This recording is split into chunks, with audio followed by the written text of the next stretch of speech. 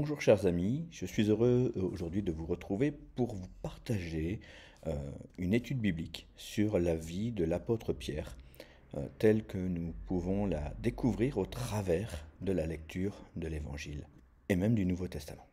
Alors l'apôtre Pierre, nous le savons, est l'un des personnages centraux des Évangiles, mais on ne sait pas grand-chose sur lui à la lecture littérale de la Bible. Pour cela, nous avons besoin de faire une étude biblique à son sujet. Et tout ce qu'on pourrait y ajouter est plus souvent lié à la tradition qu'aux faits historiques avérés. Nous allons tenter d'en savoir plus sur ce disciple devenu rapidement l'un des premiers leaders du christianisme. Dans une première vidéo, nous allons étudier donc la vie de l'apôtre Pierre, du païen ou du juif à l'apôtre. Et voici tout ce qu'on va pouvoir discerner sur lui. D'abord, sa naissance et sa mort. Il serait né en l'an 3 et sa mort en l'an 64. Il aurait donc eu 61 ans. Eusèbe de Césarée affirme que Pierre fut crucifié la tête en bas après avoir lui-même demandé de souffrir ainsi. Il estimait ne pas être digne d'être crucifié de la même manière que Jésus.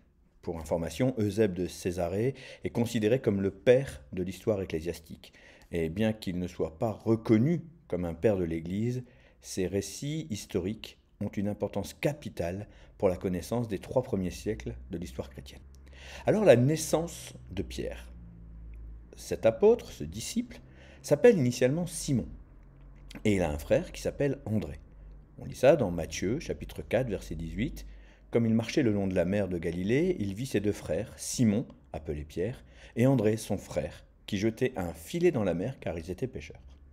Il est né, a priori, 3 ans après Jésus, à Bethsaïda. Alors, Bethsaïda. Comment nous pouvons affirmer qu'il était né à Bethsaïda? Jean, chapitre 1er, verset 44, on nous parle de Philippe, on nous dit « Philippe était de Bethsaïda, la ville d'André et de Pierre ». Bethsaïda est une ancienne ville de Galilée. Elle est située sur le versant nord du lac de Tibériade, et je vous laisse découvrir l'image qui nous montre à peu près où c'est, non loin de l'endroit où le Jourdain s'y jette. Simon. Je vous l'ai dit, il s'appelle Pierre, mais son nom, à l'origine, c'est Simon. Le prénom Simon est un dérivé du terme grec simos, qui signifie « qui a le nez camus », c'est-à-dire court et aplati. Le prénom Simon donc viendrait également de l'hébreu Shimon, qui veut dire « qui est exaucé » ou « que Yahvé a entendu ». Mais la Bible Thomson donne une autre définition de Simon. Ça pourrait être une roche, une pierre. C'est peut-être pour ça que Jésus lui donne le nom de Simon Képhas. C'est ce qu'on trouve dans les textes originaux, d'après son surnom araméen hellénisé, donc rendu grec, c'est araméen traduit en grec, Képhas, qui est transcrit en français par Céphas, ou Képhas avec un K, qui signifie roc. Dans l'Évangile selon Matthieu, Jésus, à partir de ce surnom, fait un jeu de mots, d'où le nom de l'intéressé, qui est transformé dans l'espace gréco-latin en Pétros ou Pétra en grec, Pétrus en latin. Pierre, Képhas, tu es roc, tu es un roc, le grec Pétros, et sur cette pierre, du grec Pétra, je bâtirai mon assemblée, ecclésia, terme d'origine du français du mot église. C'est le texte qu'on retrouve dans Matthieu, chapitre 16 et au verset 18. Je sais que c'est peut-être un peu compliqué à comprendre, mais ce n'est pas le plus important. D'autres auteurs émettent l'hypothèse que le surnom en question soulignerait un trait de caractère de ce disciple qui occupe une place prééminente dans le groupe des 12 apôtres de Jésus, aux côtés des 2 autres piliers, Jacques le juste et Jean, fils de Zébédée. Il est un roc, Pierre. Le prénom Pierre est un dérivé donc de ce substantif grec Pétros, qui est traduit par rocher ou par roc. Sa vie, maintenant. Nous avons vu sa naissance, sa mort, l'origine de son nom et sa vie. Eh bien, Simon-Pierre exerçait le métier de pêcheur. Là, je pense ne rien apprendre à qui que ce soit. Mais certainement qu'il avait sa propre entreprise de pêche. Si vous lisez Luc au chapitre 5, les versets 1 à 7, et plus particulièrement le verset 3, nous apprennent que le bateau appartenait à Simon. Et Jésus, il y monte et il demande de s'éloigner un peu du rivage, et c'est de là qu'il va enseigner la foule. Pierre a sa propre barque, il dirige des hommes qui viennent les aider, et ils donnent des instructions pour obéir à ce que Jésus vient de leur demander. On pense donc qu'il était chef de sa propre entreprise de pêche, ou au moins associé avec Jacques et Jean. D'un point de vue familial, on ne connaît pas sa maman, par contre, on connaît son papa. Dans Matthieu 16, 17, Jésus, reprenant la parole, lui dit « Tu es heureux, Simon, fils de Jonas, car ce ne sont pas la chair et le sang qui t'ont révélé cela, mais c'est mon Père qui est dans les cieux. » Et là encore, il y a peut-être parfois un souci de traduction. On peut lire Simon bar Jonas, donc là on est d'accord, bar Jonas, fils de Jonas, et pourtant d'autres traductions, comme la Semeur, ne disent pas fils de Jonas. Jean 21, verset 15, dans la version Semeur, après le repas, Jésus s'adressa à Simon-Pierre en disant « Simon, fils de Jean, m'aimes-tu plus que ne le font ceux-ci, oui, etc. » Et quand on lit ceci dans la version Louis II, Jean 21, 15, après qu'ils eurent mangé, Jésus dit à Simon-Pierre « Simon, fils de Jonas, m'aimes-tu plus que ceux-ci ne m'aiment ?» etc. Vous connaissez le contexte. Et donc on voit bien ici « fils de Jonas ». Alors l'explication la plus simple, et même la plus cohérente, serait une erreur de copiste. Souvenez-vous que les textes que nous avons en français sont des traductions de traductions recopiées et recopiées.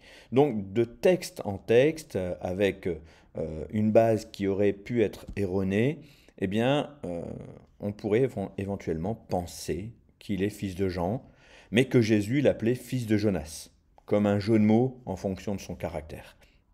Souvenez-vous, Jonas, le prophète un peu têtu. Cependant, j'ai un peu de mal à penser qu'à un moment aussi solennel que Jean 21, où Jésus vient pour parler avec ses disciples après sa mort et donc sa résurrection, j'ai un peu de mal à me dire que Jésus a envie de faire un jeu de mots ici. Je pense donc qu'il est fils de Jonas. Enfin, on sait également que Pierre est marié. Matthieu 8, 14, Jésus se rendit ensuite à la maison de Pierre, dont il vit la belle-mère couchée et ayant de la fièvre. Eh bien, on nous parle bien ici de la mère de son épouse. Le terme utilisé est le terme grec panthéra, qui signifie la mère de l'épouse. Donc ça ne pouvait pas être une autre épouse de son père, c'était bien la mère de son épouse. Son parcours maintenant avec Jésus. Eh bien, il est évident que Pierre est un peu le leader des disciples. D'une part, il est sans doute le plus vieux, il aurait 27 ans au début du ministère de Jésus, et il est également, on l'a déjà vu, chef d'entreprise. C'est lui qui parle pour le groupe, c'est lui qui marche sur l'eau, c'est lui qui participe à la transfiguration, c'est lui qui a la révélation du fait que Jésus est le Christ, le Messie, et nous allons voir ces quelques récits rapidement. D'abord, Pierre marche sur l'eau. On lit cette histoire tout à fait incroyable dans Matthieu chapitre 14, et plus particulièrement en verset 29, alors qu'il vient de demander à Jésus de lui dire « Si c'est toi, ordonne que je vienne vers toi », eh bien, Jésus lui dit « Viens », et Pierre sortit de la barque et marche sur les eaux pour aller vers Jésus. Alors bien sûr, on connaît l'histoire et on pourrait minimiser cet événement du fait de sa crainte et de son appel au secours. Il s'enfonce et il crie à Jésus « Au secours, sauve-moi ». Mais moi, ce que je retiens quand même, c'est qu'il est le seul à avoir eu l'audace de demander ça, et qu'il est le premier à avoir marché sur l'eau. Peut-être que d'autres depuis en l'ont fait, on n'a pas d'écrit à ce sujet, mais en tout cas, lui, il a osé le faire. Pourtant, il y avait 11 autres disciples dans la même barque, et il est le seul à avoir eu cette audace. Je retiens également la révélation qui lui permet d'affirmer que Jésus est le Christ. Dans Matthieu chapitre 16, verset 16, « Simon-Pierre répondit, tu es le Christ, le Fils du Dieu vivant. » Et au verset suivant, eh bien, Jésus lui fait remarquer que cette révélation ne vient pas de lui, mais du Saint-Esprit. C'est donc assez remarquable de savoir qu'il était sensible au Saint-Esprit, avant même d'avoir reçu le Saint-Esprit dans le livre des Actes des Apôtres. Et même à la suite, en verset 19, Jésus va lui dire qu'il lui donne les clés du royaume des cieux. Mais ça ne va pas s'arrêter là. Dans cette histoire, justement, il y a une suite. C'est que Jésus annonce sa mort et sa résurrection. Et au verset 22, bien voilà ce qu'on lit. Pierre, l'ayant pris à part, se mit à le reprendre et dit « À Dieu ne plaise, Seigneur, cela ne t'arrivera pas. Je ne permettrai pas, Jésus, que tu te fasses arrêter, qu'on te tue, et moi avec toi, ça n'arrivera pas. » Et c'est assez révélateur du caractère de Pierre. Mais je pense que c'est aussi révélateur du caractère de certains chrétiens d'aujourd'hui qui, comme Pierre, s'imaginent qu'ils peuvent dire tout ce qui leur passe par la tête sans tenir compte du fait que cela ne plaira pas à Dieu. Pierre se sent tout à fait à l'aise avec Jésus, alors il pense qu'il peut non seulement tout lui dire, mais qu'il peut même lutter contre Dieu. Et Jésus va le reprendre sévèrement. Matthieu 16, verset 23, Jésus se retournant dit à Pierre, « Arrière de moi, Satan, tu mets en scandale, car tes pensées ne sont pas les pensées de Dieu, mais celles des hommes. » Arrière de moi, Satan. Je trouve ça tellement fort. Et j'ai du mal à penser que Satan se serait emparé du corps de Pierre pour parler à ce moment-là, mais il y a deux caractéristiques qui nous permettent de constater que Pierre parle sans intelligence spirituelle. La première, il reprend Jésus. Alors, qui est le disciple, qui est le maître? Bien évidemment, ici, il se place en position dominante. Il ose reprendre Jésus. Et puis ensuite, il dit « à Dieu ne plaise », comme si on n'était pas ici en train de chercher la volonté de Dieu. Et quand nous parlons, nous-mêmes, les uns avec les autres, des choses du royaume de Dieu, eh bien, je nous encourage tous à être constructifs. Soyons constructifs. Une autre histoire que je retiens, c'est sa participation à la transfiguration. Dans Matthieu, au chapitre 17, les versets 1 à 8, on y voit Jésus qui, justement, emmène à l'écart sur une haute montagne ses amis, Jacques, Jean et Pierre. Et on y lit au verset 3, « Et voici, Moïse et Élie leur apparurent, s'entretenant avec lui. Pierre, prenant la parole, dit à Jésus, « Seigneur, il est bon que nous soyons ici. Si tu le veux, je dresserai ici 3 tentes, une pour toi, une pour Moïse et une pour Élie. » Comme il parlait encore, eh bien, il y a la voix qui vient et qui dit « Écoutez-le, c'est lui mon fils bien-aimé. » Les 3 disciples ont vécu ici une expérience tout à fait extraordinaire. Moi, j'aurais aimé la vivre personnellement. Quel privilège! Et Pierre y est. Et c'est normal. En tant que futur leader de l'Église, il est normal qu'il soit de ceux qui participent à de tels événements dans la vie de Jésus. Et puis, encore une fois, trait de caractère, c'est lui qui va refuser, dans un premier temps, que Jésus ne lui lave les pieds. Dans Jean, chapitre 3, verset 8, alors que Jésus a lavé le pied de ses disciples, il arrive pour laver les pieds de Pierre, et Pierre lui dit « Non, jamais tu ne me laveras les pieds. » Jésus lui répondit « Si je ne te lave pas, tu n'auras pas de part avec moi. » Et c'est ainsi que Jésus va le convaincre. Et puis je retiens cette autre histoire merveilleuse, c'est encore lui qui va brandir l'épée lors de l'arrestation de Jésus. Dans Jean, chapitre 18, verset 10, « Simon-Pierre, qui avait une épée, la tira, frappa le serviteur du souverain sacrificateur et lui coupa l'oreille droite.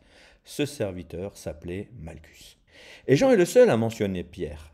Les autres dirent « ceux qui étaient avec Jésus, patati patata, l'un d'eux », notamment Luc au chapitre 22, versets 49 et 50. Tout comme les autres, je pense que Pierre espérait que Jésus allait les libérer de l'envahisseur romain. Et au moment où il tire l'épée, il pense que c'est le moment aussi. Il est complètement désemparé quand Jésus lui dit « laisse, arrête ». Et donc, là, à ce moment-là, Jésus vient et guérit l'oreille de Malchus. C'est quelque chose qui laisse Pierre totalement perplexe. Alors Pierre, après l'arrestation, va le suivre de loin. Matthieu, chapitre 26, verset 58, Pierre le suivit de loin jusqu'à la cour du souverain sacrificateur. Et quand il va le renier, finalement, on peut se demander s'il ne se demandait pas qui était vraiment Jésus. Luc 22, à partir du verset 57, on voit une femme lui dit « Tu étais avec lui », mais il n'y a. Femme, dit-il, je ne le connais pas. Au verset 58, peu après, un autre dit en voyant, toi aussi tu es un des leurs. Pierre répondit, je n'en suis pas. Environ 1 heure plus tard, un autre insistait, c'est sûr, disait-il. Celui-là était avec lui, et puis il est galiléen. Pierre répondit, je ne sais pas ce que tu veux dire. Et aussitôt, comme il parlait encore, le coq chanta. Le Seigneur se retournant, posant son regard sur Pierre, et Pierre se rappela de la parole du Seigneur qui lui avait dit « Avant que le coq chante aujourd'hui, tu m'auras renié 3 fois. » Il sortit et pleura amèrement.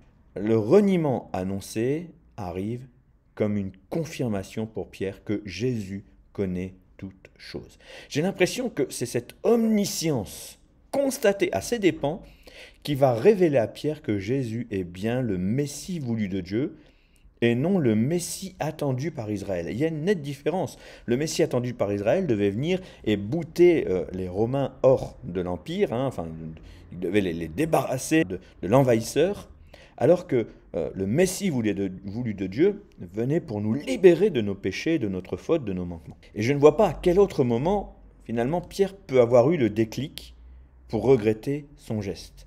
On nous dit il pleura amèrement.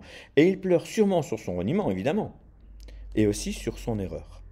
Et je pense que c'est à ce moment-là, dans sa tête, qu'il doit tout revivre et repenser à tout ce qu'il a vécu pour réaliser qui Jésus est réellement. Et là, je me pose une question à nous, l'Église. Ne nous arrive-t-il jamais de penser que Jésus va agir d'une manière ou d'une autre et que Jésus agisse totalement différemment? En tout cas, moi, ça m'est déjà arrivé. Je pensais qu'il allait faire comme ci, comme ça, puis finalement, il a fait autrement. Quand c'est le cas, nous constatons que nous ne connaissons pas Jésus aussi bien que nous le pensions. Mais reconnaissons surtout que ce qu'il fait, il le fait parfaitement. Jésus est maintenant mort, et on en arrive à la résurrection de Jésus. Il est mort et ses disciples se sont éparpillés dans la ville afin de ne pas se faire arrêter. Marc, chapitre 16, verset 4, en levant les yeux, elles aperçurent que la pierre, qui était très grande, avait été roulée. On parle donc ici des femmes qui sont venues au tombeau. Elles entrèrent dans le sépulcre, virent un jeune homme assis à droite, vêtu d'une robe blanche, et elles furent épouvantées. Il leur dit, ne vous épouvantez pas, vous cherchez Jésus de Nazareth, qui a été crucifié. Il est ressuscité, il n'est point ici. Voici le lieu où on l'avait mis. Mais allez dire à ses disciples et à Pierre qu'il vous précède en Galilée. C'est là que vous le verrez comme il vous l'a dit. Marc ici le met en évidence. Allez dire à ses disciples et à Pierre. Et Luc raconte la suite de l'événement. Luc chapitre 24, à partir du verset 9. À leur retour du sépulcre, elles annoncèrent toutes ces choses aux 11 et à tous les autres. Alors les 11, je vous rappelle que Judas était également mort. Donc ils sont plus 12, ils sont 11. Celles qui dirent ces choses aux apôtres étaient Marie de Magdala, Jeanne, Marie, mère de Jacques, et les autres qui étaient avec elle. Ils tinrent ce discours pour des rêveries, et ils ne crurent pas ces femmes. Mais Pierre se leva et courut au sépulcre. S'étant baissé, il ne vit que les linges qui étaient à terre, puis il s'en alla chez lui dans l'étonnement de ce qui était arrivé. Pourtant, ça avait été annoncé, Jésus l'avait annoncé. Et à nouveau, ce qu'on constate, c'est que c'est Pierre qui va aller constater la résurrection. Jean, dans son récit, nous raconte à peu près la même chose, mais avec quelques détails supplémentaires. Jean, chapitre 20, à partir du verset 3. Pierre et les autres disciples sortirent et allèrent au sépulcre. Ils couraient tous deux ensemble, mais l'autre disciple courait plus vite que Pierre. Donc, vous vous souvenez, ils sont deux, et vous allez voir, c'est assez rigolo. Et il arriva le premier au sépulcre. S'étant baissé, il vit des bandes qui étaient à terre, cependant il n'entra pas. Simon-Pierre, qui le suivait, arriva et entra dans le sépulcre. Il vit les bandes qui étaient à terre et le linge qu'on avait mis sur la tête de Jésus, non pas avec les bandes, mais plié dans un lieu à part. Alors l'autre disciple, qui était arrivé le premier au sépulcre, entra aussi. Il vit et il crut, car il ne comprenait pas encore, selon l'Écriture, Jésus devait ressusciter des morts. Et les disciples s'en retournèrent chez eux. Alors, Pierre constate que Jésus n'est plus dans le sépulcre et il ne va pas tarder à le rencontrer en allant, comme Jésus l'avait dit, en Galilée. Alors bien sûr, cette histoire, dans l'évangile de Jean, est racontée par Jean lui-même et l'autre disciple, c'est Jean, qui courait avec Pierre. Et il veut montrer ici, en disant qu'il arrivait plus vite, il courait plus vite, il arriva le premier, il veut montrer ici son empressement, parce qu'il aimait Jésus de tout son cœur. Et Pierre constate ici que Jésus n'est plus dans le sépulcre. Et il ne va pas tarder à le rencontrer en allant, comme Jésus l'avait dit, en Galilée. Nous notons que c'est là que Jésus avait appelé ses premiers disciples, dont Pierre. D'accord, on peut le lire dans Matthieu chapitre 4, 18. « Comme il marchait le long de la mer de Galilée, il vit deux frères, Simon, appelé Pierre, et André, son frère, qui jetaient un filet dans la mer, car ils étaient pêcheurs. » Jésus s'est présenté à plusieurs reprises devant eux et il a eu des conversations avec eux. Il était nécessaire qu'il leur assure que c'était bien lui et il devait aussi avoir une conversation avec Pierre à la suite de son triple reniement. Nous lisons cela dans Jean chapitre 21 à partir du verset 14. C'était la troisième fois que Jésus se montrait à ses disciples depuis qu'il était ressuscité des morts. Après qu'ils eurent mangé, Jésus dit à Simon-Pierre, « Simon, fils de Jonas, m'aimes-tu plus que ne m'aime ceci ?» Il lui répondit, « Oui, Seigneur, tu sais que je t'aime. » Jésus lui dit, « Paie mes agneaux. » Il lui dit une seconde fois, « Simon, fils de Jonas, m'aimes-tu » Pierre lui répondit, « Oui, Seigneur, tu sais que je t'aime. » Jésus lui dit, « Paie mes brebis. » Et il lui dit une troisième fois, « Simon, fils de Jonas, m'aimes-tu » Pierre fut attristé de ce qu'il lui avait dit pour la troisième fois, « M'aimes-tu » Et il lui répondit, « Seigneur, tu sais toutes choses. Tu sais que je t'aime. » Jésus lui dit, « Paie mes brebis. » La majorité d'entre nous le savons, sans doute, mais si en apparence Jésus pose 3 fois la même question, il y a néanmoins une subtilité qui échappe au vocabulaire français, mais qui n'échappe pas à Pierre quand il entend Jésus lui poser la question. Il lui dit, « Simon, fils de Jonas, m'aimes-tu plus que ne m'aime ceci ?» Et Jésus lui demande, « M'aimes-tu » en utilisant le verbe agapéo. Et Pierre lui répond, « Tu sais que je t'aime » en utilisant le verbe philéo. La seconde fois, c'est la même question et la même réponse de la part de Pierre. La troisième fois, c'est différent. Jésus va utiliser exactement le même verbe que Pierre, il va utiliser le verbe philéo. C'est ce verbe aussi qui nous parle d'amour. Alors à quoi ça correspond ? Eh bien, le verbe agapéo correspond à un amour désintéressé. Non pas qui ne s'intéresse pas du tout, mais un amour qui se donne sans calcul. C'est aimer chèrement. L'amour qu'on retrouve dans 1 Corinthiens chapitre 13. C'est l'amour que Dieu veut que nous ayons, qu'on s'aime sans rien attendre en retour. L'amour que Dieu veut que nous ayons pour lui et que nous ayons les uns pour les autres. Quant à philéo, c'est plutôt l'amour qui se montre, l'amour dans les habitudes, l'amour dans les faits. C'est un amour avec des preuves d'amour. C'est plutôt l'amour humain. Et nous devons comprendre que ces deux mots-là n'indiquent pas de différence dans la force ou l'intensité ou le degré de l'amour, mais une différence dans le caractère ou le domaine de l'amour. L'amour philéo est un amour profond et il indique à l'autre qu'il peut compter sur nous. Agapéo, c'est l'amour de Dieu pour son peuple. Bien sûr, on peut compter sur Dieu, mais quand Jésus demande à Pierre s'il l'aime, il lui demande s'il l'aime plus que ceux-ci ne l'aiment. Et la réponse est en adéquation avec la question de Jésus. Je t'aime profondément et je t'aime personnellement, tu peux tout me demander. Je vais te prouver que je t'aime. Et Pierre est en train de lui exprimer le fait qu'il est ce qu'il y a de plus cher pour lui. Et si les deux premières questions se déroulent comme ça, Jésus veut que Pierre affirme son amour inconditionnel pour Jésus. Mais Pierre insiste sur ce fait que quand Jésus lui demande s'il l'aime, il lui dit « Je t'aime et je veux te le prouver ». Et finalement, Jésus va à la troisième fois lui demander « Est-ce que je suis ce qui est le plus important pour toi ? Est-ce que tu es prêt à me prouver que tu m'aimes ?» Donc il va descendre son niveau d'exigence en disant allez, je ne te demande pas de m'aimer sans rien attendre en retour, je ne te demande pas de m'aimer sans espérance, donc je descends mon niveau d'exigence, je te demande de m'aimer à un tel point où tu seras prêt à me montrer ton amour. Pierre lui dit oui, bien sûr, je t'aime.